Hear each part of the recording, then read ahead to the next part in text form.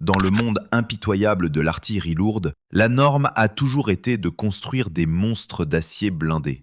Pourtant, la France a choqué le monde en fixant son canon le plus dévastateur sur un simple châssis de camion.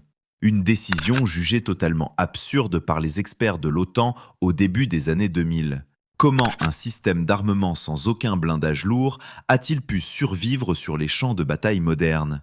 C'est l'histoire incroyable du César, le pari industriel à très haut risque qui a redéfini les règles de la guerre. Le dogme de la guerre froide. Pendant des décennies, la doctrine militaire mondiale ne jurait que par les canons automoteurs à chenilles. Des mastodontes de 50 tonnes, comme le M109 américain ou le PZH-2000 allemand, dominaient les armées. L'idée était simple, il fallait une épaisse carapace d'acier pour protéger l'équipage des éclats d'obus ennemis. Ces forteresses roulantes étaient puissantes, mais elles coûtaient une fortune et se déplaçaient avec une extrême lenteur. Elles nécessitaient également une logistique écrasante avec des porte-chars géants pour le moindre déplacement stratégique. Le pari fou de l'industrie française.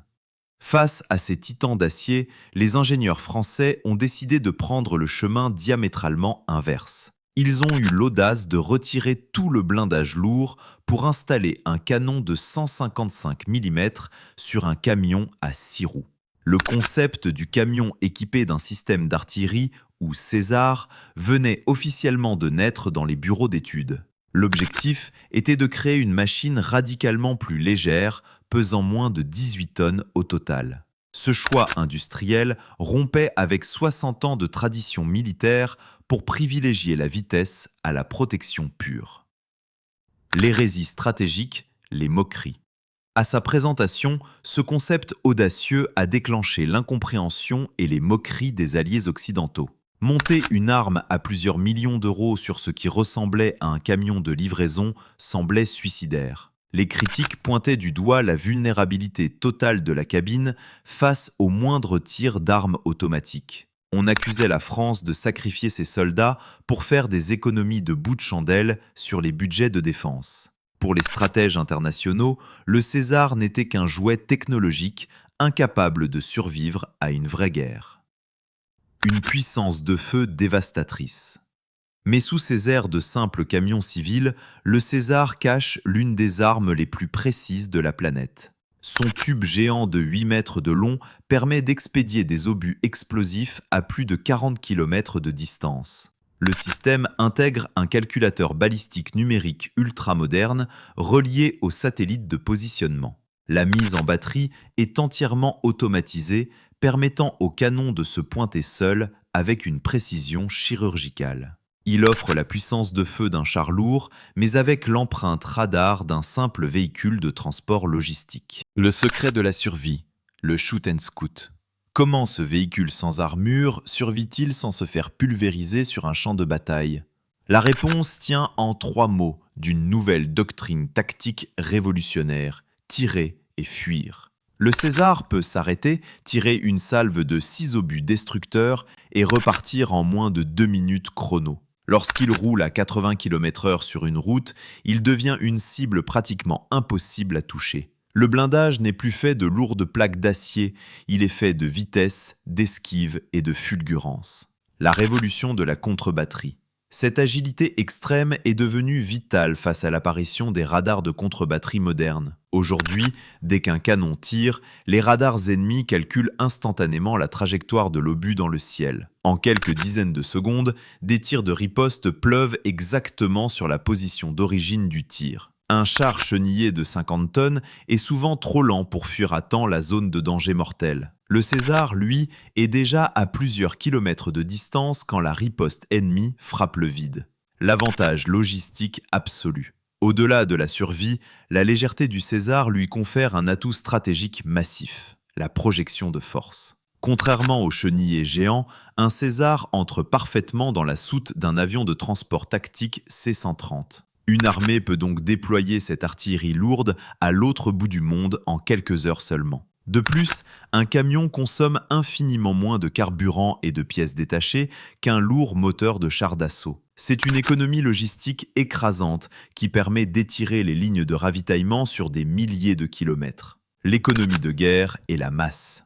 Sur le plan strictement financier, le concept français a prouvé son indéniable supériorité mathématique. Un système César coûte environ 5 millions d'euros, soit 3 à 4 fois moins qu'un PZH-2000 allemand. Pour le même budget de défense, une nation peut ainsi s'équiper d'une véritable flotte de canons ultramobiles. Dans les conflits modernes, posséder une grande masse d'artillerie dispersée est souvent le facteur décisif de la victoire. L'ingénierie low-cost assumée du châssis permet de concentrer tout le budget sur la précision de l'arme elle-même.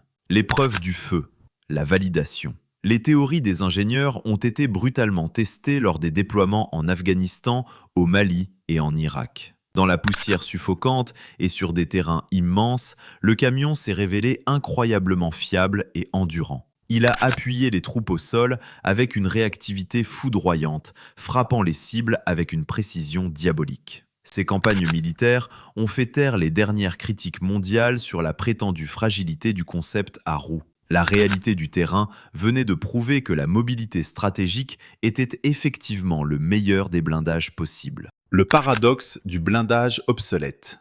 Aujourd'hui, l'histoire contemporaine donne magistralement raison aux paris fous de l'industrie militaire de la France. Avec l'arrivée massive des drones kamikazes et des munitions rôdeuses frappant par le haut, l'acier lourd ne suffit plus. Même les chars les plus blindés du monde se font désormais percer le toit par des explosifs à bas coût. Dans ce contexte de létalité totale, investir des milliards dans un blindage lourd de 50 tonnes devient discutable. Mieux vaut un véhicule léger et bon marché qu'un monstre hors de prix, incapable d'échapper à la surveillance aérienne. Le succès à l'exportation mondiale. Ce qui était autrefois considéré comme une aberration française est devenu la norme industrielle la plus copiée au monde. Des dizaines de pays achètent désormais le César, de l'Indonésie à la Thaïlande en passant par l'Arabie saoudite. Même les nations concurrentes tentent aujourd'hui de créer leur propre version de canon monté sur camion. Le César a redessiné à lui seul la physionomie des forces d'artillerie sur tous les continents du globe. C'est l'un des plus grands succès commerciaux et conceptuels de l'histoire moderne de l'armement européen. L'évolution vers le futur, le César NG. Pour garder son avance technologique écrasante, la machine continue de muter et de s'adapter aux nouvelles guerres. La France développe actuellement le César de nouvelle génération, avec un moteur 2 fois plus puissant et une cabine repensée. Il intègre désormais un blindage anti-mine spécifique pour protéger l'équipage des engins explosifs improvisés sur les routes. Mais les ingénieurs veillent précieusement à ne jamais alourdir le véhicule au point de tuer son agilité légendaire. Le concept reste fidèle à son ADN originel, frapper avec la foudre et disparaître comme un fantôme. Le César prouve que l'innovation militaire naît souvent de choix radicaux et totalement contre-intuitifs. Il a brillamment démontré que sacrifier la force brute au profit de la mobilité fulgurante pouvait gagner des guerres. Abonnez-vous et verrouillez le bouton j'aime pour soutenir ces documentaires sur les grandes mutations de l'ingénierie. Le débat stratégique est ouvert. Selon vous, les chars d'artillerie lourds à chenilles ont-ils encore un avenir? Ou le concept du camion-canon léger et furtif va-t-il définitivement s'imposer partout? À vous de commenter.